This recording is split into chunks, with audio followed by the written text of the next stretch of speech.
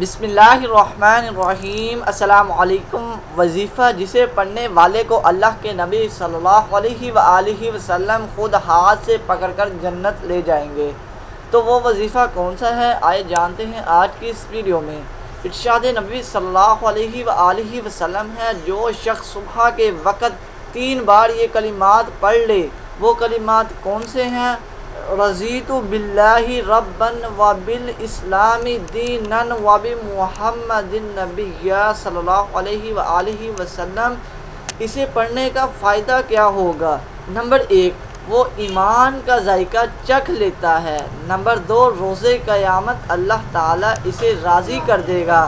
Number 3، نبی صلی اللہ علیہ وآلہ وسلم خود اس کا ہاتھ پکڑ کر جنت لے جائیں گے۔